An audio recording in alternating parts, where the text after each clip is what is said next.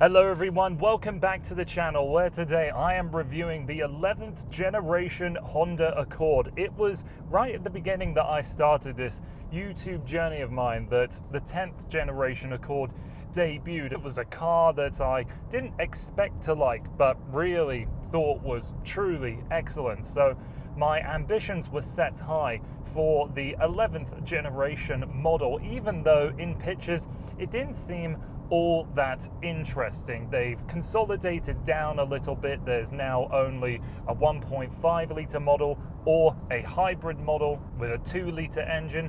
So I didn't have many expectations, but I can happily say that this Honda Accord is still one of the best all-round products that I think you can buy. What I'll eventually get to throughout the video is that it feels like a very premium Germanic vehicle. It feels more European than even some Lexus or Acura products that I've tested out. That's how good this model drives. And we're in the hybrid, so there's a lot of interesting things going in terms of its driving dynamics and personality that I look forward to getting into. But let's first talk about the looks, because in pictures, I really didn't think much of the new Accord at all. I thought it looked a bit bland, a bit shapeless, but in person, it has a wide bonnet that doesn't really curve down a lot at the front, so it looks quite broad-shouldered, tough. And one of the words thrown about a lot in the design for the new 11th generation model is that it has a fastback approach. So it doesn't quite look as three-boxy as it did before. And even though I think it isn't as forward-thinking of a design, it is simple, it's sophisticated, and I think actually quite confident in itself. But this is coming from somebody that didn't really care for the looks of the last generation model. And with that, I did try the 1.5 litre version, the 2 litre version, but I never tried the hybrid of the 10th generation Accord. The hybrid now in Canada represents the top spec of the Accord. You have 3 trims. You either have the base 1.5 litre engine or the remaining 2 being a hybrid system. So it has a 2 litre naturally aspirated 4-cylinder with 2 electric motors and a 1.1 kilowatt hour lithium ion battery. I've spoken at length in many videos before of how I like hybrids in regular day-to-day driving, because if you care to maximize your fuel economy and make sort of a game for yourself, normal boring driving in any other kind of, let's say, mundane appliance vehicle like this gets a little more engaging. And it's certainly the way with this as well. You have the ability to lock into an EV mode or hold down at this E button here to turn it into a charge mode. So when you're doing highway driving, for example, unlikely you're going to need the EV battery. You can charge up that battery pack so that by the time you enter the city limits or you get stuck in rush hour traffic, you can just be in pure EV mode. There isn't a way to lock the gear shifter or drive mode into a more enhanced driving dynamic, which did surprise me because I know I have experienced that in other Honda hybrids before. But what you can do is a lot of manipulation with the regenerative braking system that you have with the paddle shifters. You have 6 different levels, and with them you can certainly get into a pretty firm deceleration. So here it is in its max mode. I'm dropping speed quite quickly, but with that, I'm never going to come to a complete stop. It works incredibly well. I don't feel any transition from the regenerative braking into the physical braking system. The reigniting of the engine is totally seamless, and all of the different mechanical componentry work together so well that it gives this Honda Accord hybrid a driving enthusiasm that I haven't experienced in any other hybrid before. Usually, like I say, you get into one of these vehicles and you just want to drive as efficiently as possible, do a lot of coasting so you can get yourself as much benefit at the fuel pumps as possible. But because the Accord is rather quite nice to drive, I find myself actually wanting to push this thing when it comes to an on-ramp or on a highway or a twisty back road. The The road holding capability is really good. There's an initial amount of lean when you do go into a corner, but it holds steady. I think the seats hold you in quite nicely, and there's absolutely no distortion to the cabin when it comes to noise, vibration, and harshness. The tuning of this 2-litre engine, even if you pump down, you can hear it. It isn't unpleasant, it isn't harsh, it doesn't do anything to make you think this is a mainstream brand. It feels significantly more premium than the price would suggest. And that's a great thing in terms of value. And in truth, I would be considering this over an entry-level base trim of a BMW or a Mercedes or an Audi. I think I like driving this significantly more than I liked driving the last TLX that I had. I haven't even talked about the power output of this system yet. So you get 204 horsepower and 247 pound-feet of torque from that 2-litre engine and the 2 electric motors. That's its combined peak power and torque.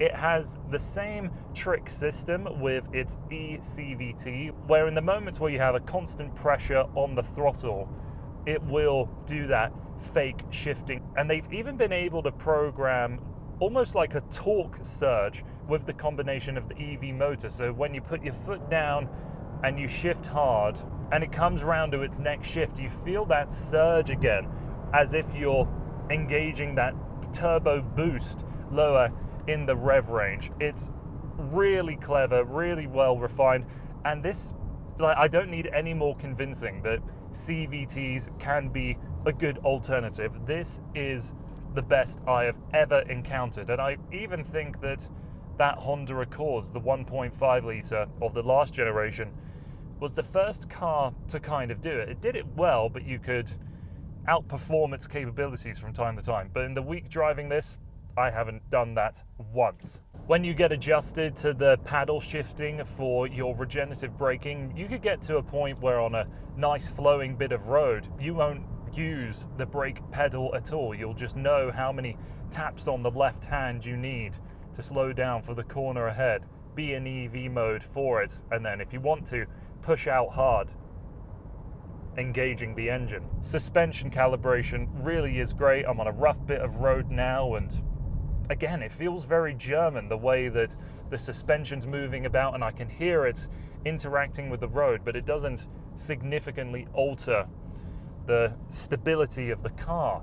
Obviously, it's an EPS system, but I think the steering in this Accord is excellent, nice and rich on center, and actually has a good amount of weighting to it. I find that the EV motor is powerful enough that if you're behind someone in traffic and you're building up to speed, if you're gentle with your right foot, you can comfortably get to 50-60 kilometers an hour without engaging the engine. In that, the driving dynamics of the Accord are mighty, mighty impressive, and it feels almost like a Grand Tourer, in the same way that if you bought a BMW 5 Series, you could just go 800, 1,000 kilometers without breaking a sweat.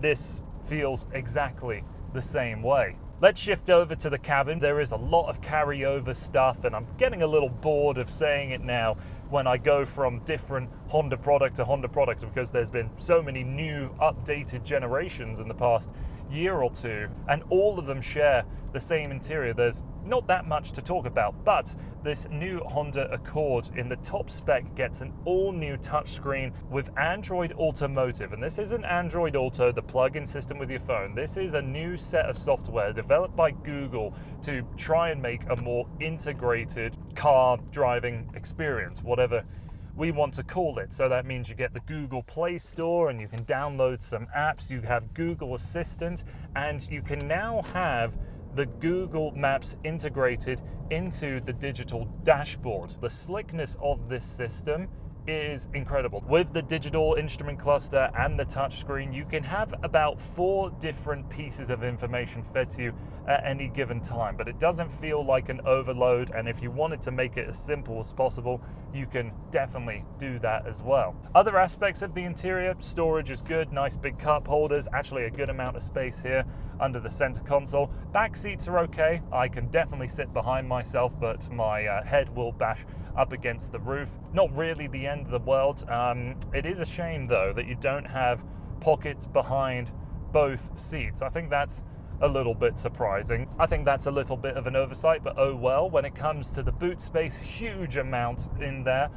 You can fold down the seat 60/40 with some handles that are back there too. And if you go for the hybrid models, you don't have a spare wheel in the normal 1.5 turbocharged motor. You do, however.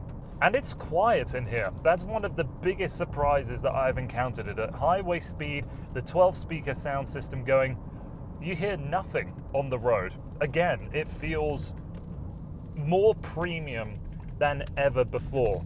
So even though we have lost some variability, let's say, with the new Accord, we don't have a manual, obviously, anywhere to be found. We don't have that 2-liter turbocharged engine. Maybe that'll come in the future.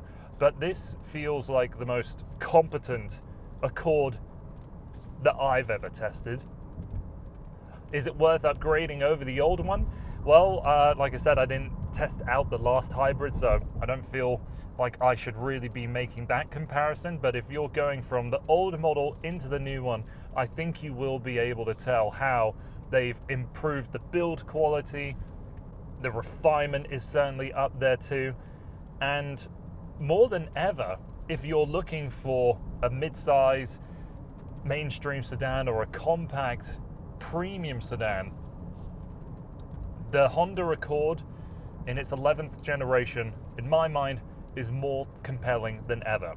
So thank you very much for taking time to watching this video. Hope to see you again in the very near future with some more cars coming my way, and hope to see you again on the channel soon.